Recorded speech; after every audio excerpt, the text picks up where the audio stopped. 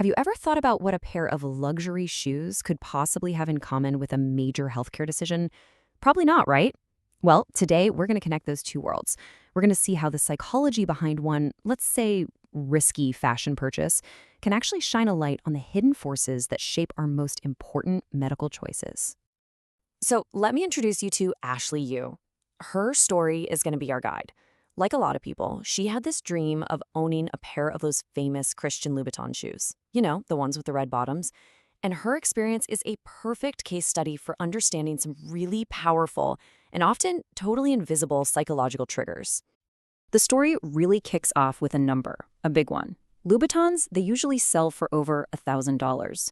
And that isn't just a price tag. It's what's known as a psychological anchor. It immediately sets this expectation in your mind of incredible luxury, top-tier quality, and status. That number frames everything that happens next. And then, Ashley finds a pair on sale for $675. Now think about it. Compared to that $1,000 anchor we just talked about, this feels like a steal, right? It seems like a completely rational, can't-miss deal. So she did it. She bought them.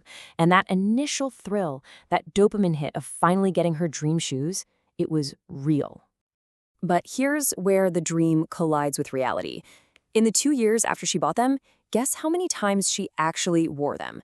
Just twice. That's it. The idea of owning the shoes was one thing, but actually using them was a whole different story. So why only twice? Well, it came down to the most famous part of the shoe, those perfect, shiny red soles. They became this huge source of anxiety for her. She was terrified of getting a single scuff on them. The fear of damaging her beautiful, expensive purchase, of losing that perfect condition, was so strong that it literally stopped her from enjoying the shoes at all.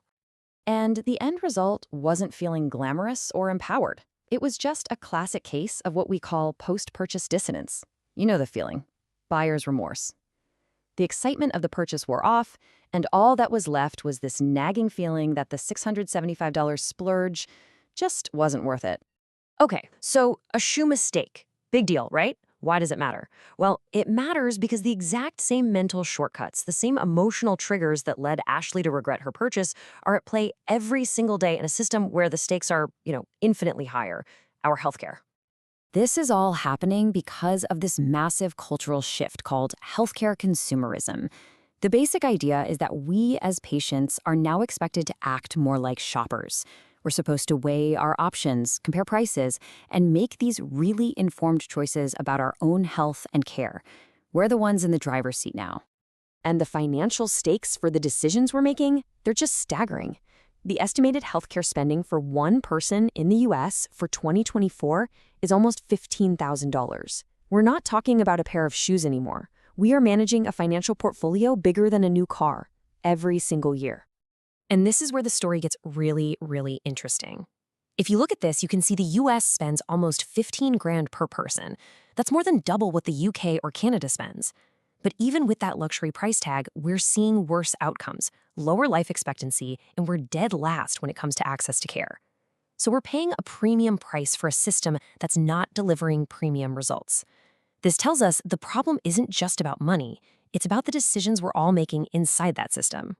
To really get it, we have to look at these little glitches in our brain's programming.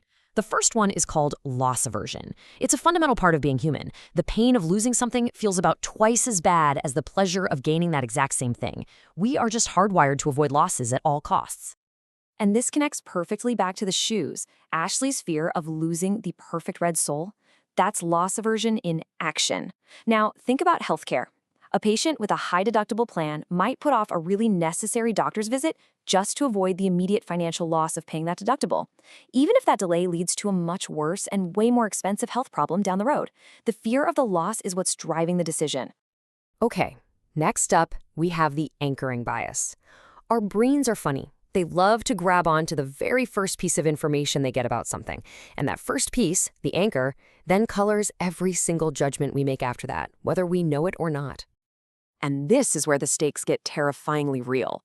For Ashley, that $1,000 anchor just made a $675 expense seem reasonable.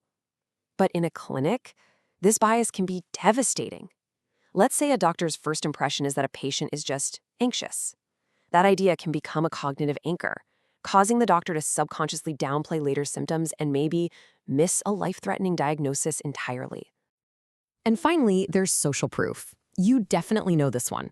It's that deep, powerful instinct to just follow the crowd. When we feel uncertain, we look around to see what everyone else is doing to figure out the right way to act. It's a mental shortcut our brain takes to feel safe. With fashion, social proof is super obvious, right? Celebrities wear the shoes, so we want the shoes. In healthcare, it's a lot more subtle, but it's just as powerful. Research shows that patients often feel more comfortable with and prefer doctors who share their same gender or age or race. This isn't about prejudice, it's a search for trust. It's a kind of social proof based on that gut feeling that someone like me is going to give me better, more understanding care. So if you're a doctor, a nurse, anyone working in healthcare, what do you do with all this? Understanding these biases isn't just some interesting psychology trivia. It's the key to making a real difference. How do you actually navigate a patient's inner world of fears and assumptions to help them make choices that are truly good for them? Well, there's a proven framework for this. It's called shared decision-making, or SDM. And it's not just about being nice or having a friendly chat. It is a clinical tool specifically designed to help counteract the powerful biases we've been talking about. It's all about changing the conversation from a doctor just telling a patient what to do to a real collaborative dialogue. SDM has 3 pretty simple steps, and each one is designed to tackle a specific bias. First is choice talk. You just let the patient know that there are reasonable options available. That alone breaks the inertia. Second, there's option talk. This is where you replace a potentially bad mental anger with clear, unbiased information about the risks and benefits of each choice.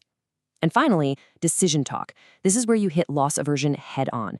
You help the patient actually talk about what matters most to them, their values, their goals, their fears, and then you align the medical choice with that, not with the fear of a deductible. You're making their internal struggle an external, shared conversation. And this all leads us to the final, really critical question. This whole idea of healthcare consumerism is balanced on a knife's edge. By giving patients all this choice and responsibility, are we really creating empowered partners in their own health? Or, in a system this complicated and filled with these hidden biases, are we just creating overwhelmed consumers left all alone to navigate a high-stakes market with the same faulty brain wiring that leads to a closet full of beautiful, expensive, and unworn shoes?